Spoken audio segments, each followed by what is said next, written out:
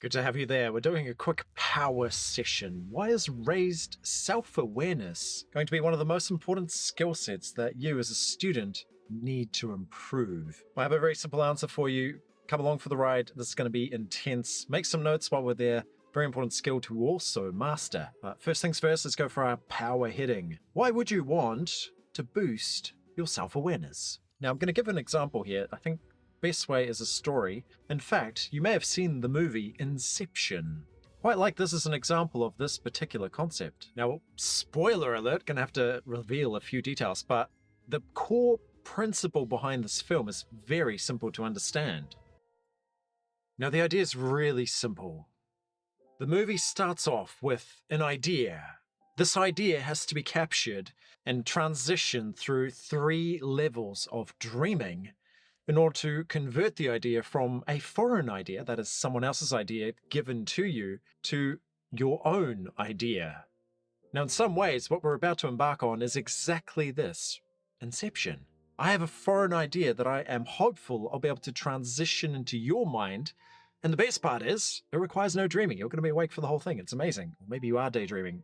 If you are, definitely wake up right about now. Go for the kick. Okay, so how do I get an idea that is foreign into your mind and cemented that's going to help you with self-awareness? And why does that even help? Well, it turns out self-awareness is one of the most important skills when it comes to your ability to learn. Because if you're not questioning the whole way through, is what I'm doing the best method? Now, if you don't question this process, you will never reach this level of thinking. And maybe you should ask yourself right now, do you do this? After you've learned something, while learning something, do you take a step back and go, this isn't the best way to do this. Surely there's something else. I'll give you another example. Let's say there's a box. Everyone loves boxes. Right now, you're in the box. Pretty sure I know what you're thinking. I was going to say something like, think outside the box. Yes! How did you come up with that idea? Inception? Maybe. Maybe not. You already knew that. Experience. But here's your challenge. I want you to go from the X into the circle, but you are not allowed to lift your pen while you try to get into the circle.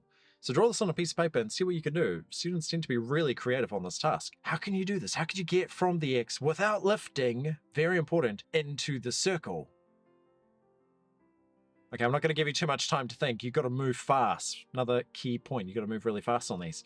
Now, probably, if you're really, really intelligent, you may have figured, oh, but if I put it on the edge of a piece of paper, I can like fold the paper over, then you can go from the X onto the circle, and it's like not a big deal. But if you were really, really paying attention, you would have noticed you could just draw a line into the circle. I know. It's like, wait, what? That was obvious. That's easy. But here's the catch. Right now, the box is your current thinking. You've put a frame around your mindset. You can't seem to break out of it because you've never thought about what's outside it. So this is what I want you to do. I want you to think with more flexibility. Get rid of whatever mindset you have that is holding you back, because you can do so much more with your ability when it comes to your learning. So that's the why. The why is to destroy the barrier that you have put up, the system that you have for your learning that might be inefficient. I think all of us are inefficient, right? We're all constantly trying to improve. So this is the first one. The second step is, what do you seek to gain from improving your awareness? I'm going to argue very simply that by gaining this power to self-assess your own learning, literally the sky's the limit, because at that point, every single time you run into a challenge, you can solve it on the spot. Okay, now this sounds interesting, but how do we gain this ability? How do we gain the skill? Now, for those who are curious, there's bound to be a few of you who are really curious on this. What is this called scientifically? Where does this even come from? You may have heard of it. Simply put, the idea is called metacognition. Metacognition, very specifically, it is the awareness of learning and thinking about and reflecting on how effective your learning is. So, very simple process, but I guess we need like a method or a structure. Right, we need a process. How can we achieve this? How can you gain awareness and become more, should we say, effective with your learning? Now that's the better question. So how do we gain this power? Now, similar to the box exercise, we have to shatter that encasing limit upon your ability. So best way to do it is, we'll list a few key points. First one, I'm going to go with organization. Yes, I spelt it with an S. Forgive me. If you're from another continent, go for the Z, no troubles. Next one, motivation. Why would you need motivation? Why would you want to be organized?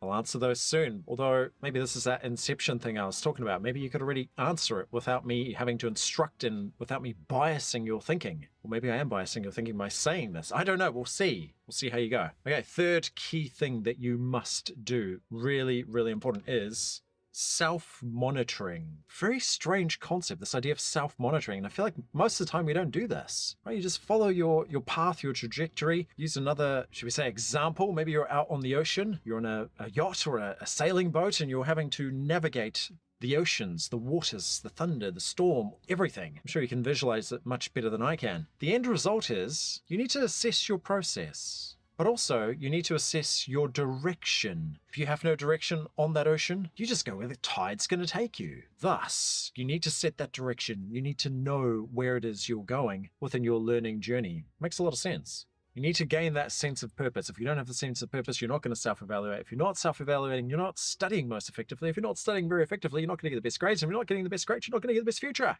You get the idea. Okay, question 5.5. Now, along with self-monitoring and purpose, there is this sort of higher level thinking that you will need to develop. And that essentially is evaluation. You need to understand when your processes are not efficient and when they could be improved. So it's not as easy as it sounds, but we'll work on that. The final very important point is STM.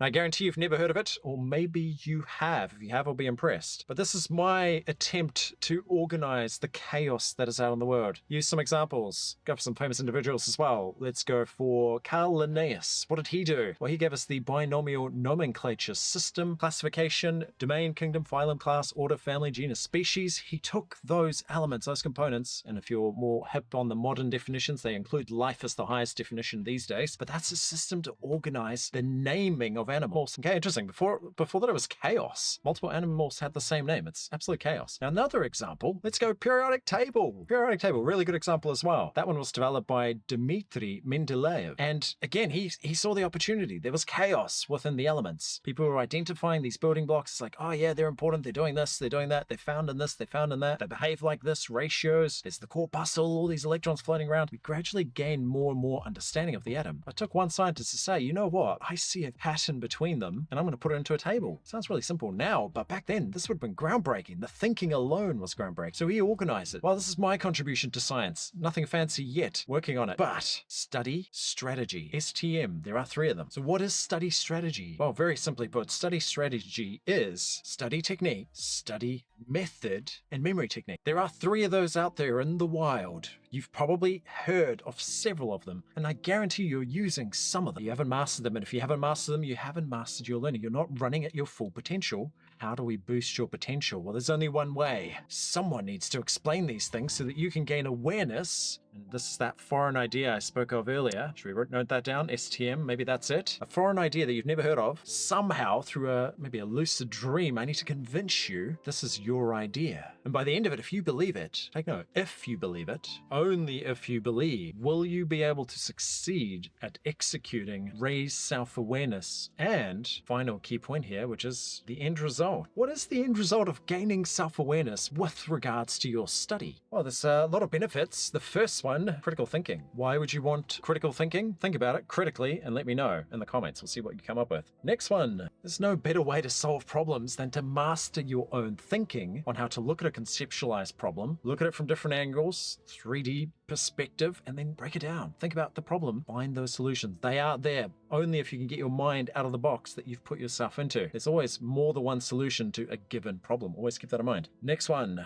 The next one is confidence. By gaining raised self-awareness, you're going to gain confidence within your learning, which again might be the single greatest thing you could gain within your ability to learn. So if you don't have self-confidence, how are you going to believe in yourself? If you don't believe in yourself, how are you going to be successful and get those good grades? Interesting. Hopefully the inception trick is working on you. We'll see how far we go. Okay, we'll do just one more. We could probably list a billion things here, but we'll just go for one more trait. Now, I would also argue that technically all of these are skills, but if you think critically about it, you'll notice they're not the skills that you are trained through your school curriculum. You definitely receive them. In fact, there's a whole concept here called the hidden curriculum. What is the hidden curriculum? Well, that is the sum of all the little strategies and tips and hints that your teachers provide you, or your tutors, or your lecturers, or your mentors, that end up providing you with the framework that is needed in order to be successful with your studies. But you're not graded on it. Yet, it might be the most important thing to impact your grades. In fact, a little bit of evidence, otherwise, if there's no evidence it falls flat, then it's my idea, not yours. In the last, I'm going to say 4 years in particular, a core skill has come up again and again. People come up short on this skill. What is it? It's called soft skill. Now, soft skills are the end result that we're trying to master in this process. These are the fundamental properties that make us more successful in life, in our studies, and later in life, because those core skill sets carry through. I'll give you a simple example. If you had to choose, let's say you're a business owner in the future, whatever business you're going to run, I'm not going to judge, go for it. And let's say you have a choice. There's an A+